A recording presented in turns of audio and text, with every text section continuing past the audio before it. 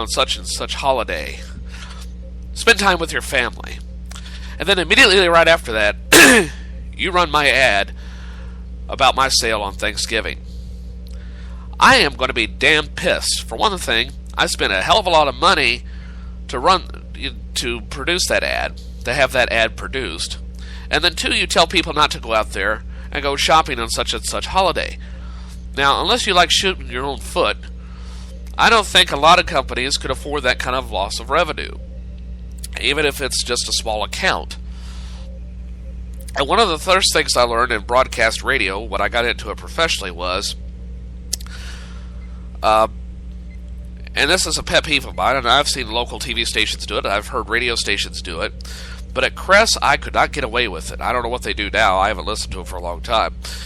But when I worked there, if we had a blizzard, and you could barely walk outside without running the risk of severe injury or, getting frostbite or getting caught in a snowdrift, even if someone wanted to go out, it was not our place to tell people to stay inside. Now, if such and such agency like the Highway Patrol encourages people not to go out if they don't have to, that's one thing.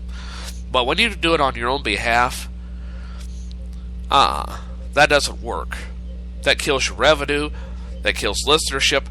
And I admit there have been people that have called in the station at times, and one of them, the lady I got in an argument with, we had a severe snowstorm. I think it was a blizzard. I don't remember what year it was. But I'm talking like 3 or 4 foot snow drifts, high winds, and all this other crap. It was not fit for man or beast. And I lived in Huntsville at the time, which is roughly about a 5 to 10 minute drive, depending on which way you went. And anyway, this lady calls in and tells me, I want you to get on the air and tell people not to go out. And I said, ma'am, I live in Huntsville. How do you think I got to work? I have to go home after this shift, which was in about 5 or 6 hours later. I said, why don't you get on the air? Ma'am, I can't do that. So when I hear news organizations, I wonder what their motive is. Are they doing it to stir up controversy? Are they being genuine about intervening in my family life or in my family affairs?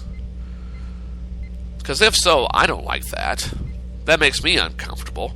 Who are you to tell me where I should and shouldn't spend my time with? Maybe I'm estranged from my family, or maybe I don't want to see them right now. So that's a very arrogant position, in my opinion. Now, to me, I'm just as arrogant probably for even pointing this out. But not everyone has this hunky-dory relationship, or this naive notion that things are always a Norman Rockwell painting. Okay? Because there's often more going on behind the scene than what is being presented. Now, I found an article yesterday along this same line, and I don't see the author's name right off. Oh, here it is, Richard Santovalis. And it pretty much goes along with my opinion on this. And his opening statement is, who died and made you the authority on business principles? This was my response in a recent discussion with a family member in discussing the state of retail giant Walmart. Okay? It seems although I have no personal interest in the company, I continue to come to its defense. As far as I'm concerned, the company has become too easy of a target. And I agree. Now, I admit I have a vested interest in Walmart. I own stock in the company. I also have an affiliate program through them on my website through Walmart, and for other reasons that I won't get into on this podcast. So, when you say don't go shopping, you're hurting my stock portfolio. You're hurting my business that I'm trying to start on here. Now, granted, I have not made any sales on this affiliate program yet, but I've got a big list of affiliate programs on my friends page, and I want you to check it out. Because anytime you go admonishing any of those businesses, you're also hurting me.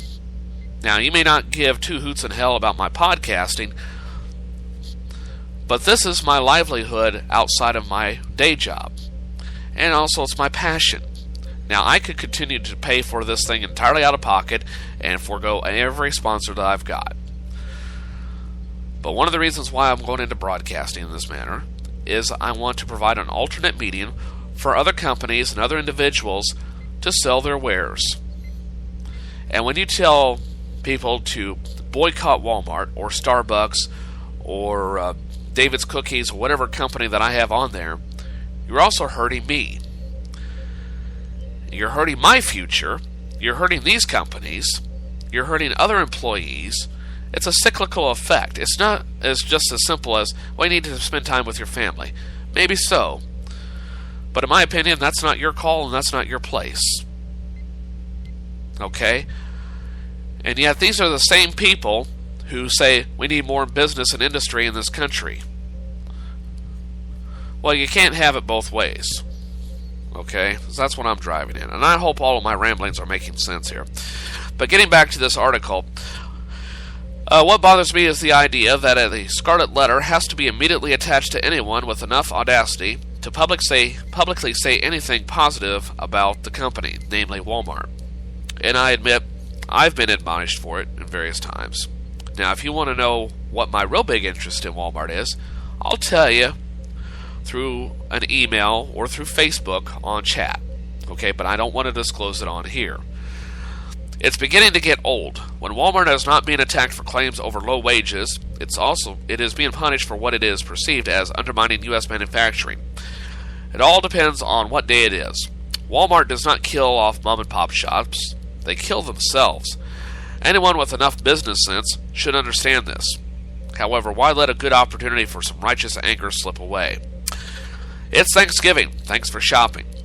However, aside from the fact that these arguments often get stale over and over again, they are grossly based on hypocrisy. The same people that toss insults at Walmart can't stay out of its stores for the convenience it brings. Still, this time around, the company is being loathed.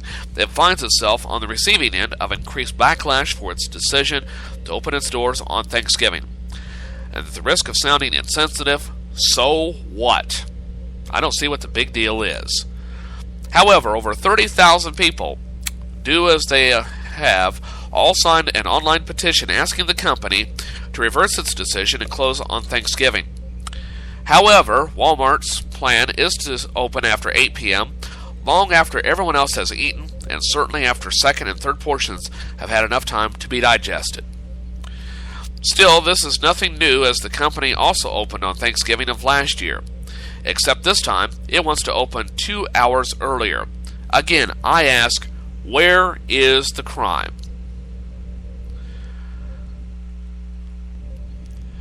The petition asserts that Walmart is disregarding the needs of its employees and that the company can't afford to allow them the time to spend with their families. But does this make Walmart evil for providing employment in an economy already ravaged by lost jobs? What's more, Walmart is not the only retailer that plans to open on Thanksgiving in preparation for Black Friday. Other retailers such as Target, Kmart, as well as Toys R Us also plan to take advantage of early shoppers. Yet it is Walmart that is considered evil for this very decision. Now, as you're walking into a Walmart, try to remember how difficult things were at the height of our country's recent economic recession. With Walmart's low prices, it's hard to imagine if there was any other company that was more instrumental in helping Americans manage their household budgets. Still, the self-appointed moral figures on American business forgot that offering low prices come at a cost. If it requires generating enough revenue on Thanksgiving so that little Johnny can enjoy Tickle Me Elmo for $10 less, I ask again, where is the crime? What's more, there's a lot of good that Walmart does for which it gets very little credit, including being one of the country's largest taxpayers while offering jobs and providing American workers with opportunities that they otherwise might not have had. So is opening on Thanksgiving really that egregious after all? I think it is safe to say that there are bigger travesties in the world of business. So can we for now shelve the constant hypocrisy on the issue, at least until Christmas? On a personal note, it has been my observation as I've said, that a lot of people complain about the big stores like Walmart being open on Thanksgiving Day don't seem to understand or like the idea that not everyone, like me, works traditional hours or has a traditional family. I don't have the luxury of going shopping on Saturday afternoons unless I want to take a vacation day or had MTO from work, or worse yet, take a point and risk losing my job just so I can spend time with family. Everything's not black and white, folks, or 8 to 5. This war on holidays is an arrogant position and one that is getting out of control very fast. And Sarah Palin has a new book coming out about the war on Christmas. She's not concerned about the war on Christmas. She's selling a product. She's selling you a load of garbage. The same way with Bill O'Reilly and Sean Hannity and these other numbskulls on Fox News. So think about that when you're sitting there stuffing your face on Thanksgiving Day and saying, pass the stuffing one more time, or pass the turkey. Think about that when you're loading yourself up with 7,100 calories of crap. Yeah, in an ideal world, it would be nice if everyone could spend time with their families. But what about the police that are out there risking their lives to keep us safe? Or the firemen back at the fire station who are on standby for a call? Or the EMTs? Or the nurses in the hospital who are taking care of sick, wounded patients? The same way with doctors. Or people that are broadcasting news and entertainment to keep your mind occupied while you wait for your dinner. Or who's back there at the control room running your football games, making sure they're getting broadcast on time. Or the person down at the local convenience store that makes sure you have gas so that you can make it to your destination. In an ideal world, it would be nice if everyone could have the day off. But that's never going to happen, and that's never, ever going to be practical nor safe. Okay? That's all I'm going to say about the war on the holidays for today. Okay. A few days ago, I mentioned this story about a kid who was injured in a football game in Tipton, and regrettably, I just learned yesterday that he died. His name, let's see here, it's Chad Stover, and there was just 6 minutes left in the Tipton High School's final football game of the 2013 season. That was on Halloween night. And that's when Chad Stover took a jarring hit and was taken by an ambulance to a Columbia hospital. And I learned that he died of his injuries, I believe, on Wednesday. I'm not sure what day it was for sure. But anyway, he died from severe brain injury. Let's see here. Chad Stover was in a Missouri hospital fighting for his life after suffering a brain injury during a game on Halloween night in Tipton, which is a small town north of Jefferson City, for those of you not familiar with where Tipton is. There was just 6 minutes left in the final game of the season when the junior took a jarring hit that has shaken his community.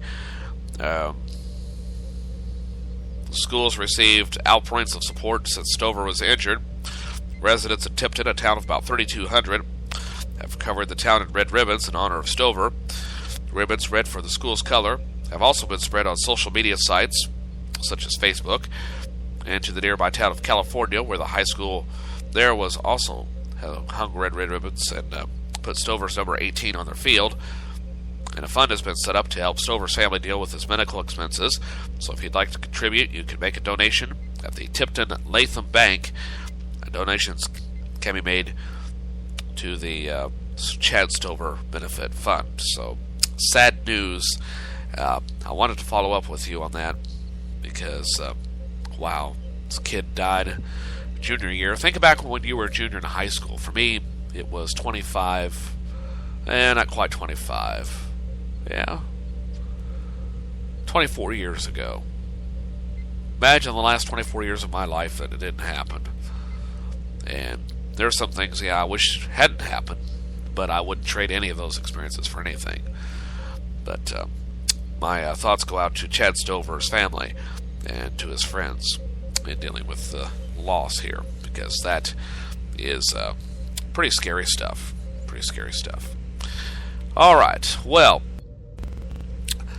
tell you what, we're going to take a quick break and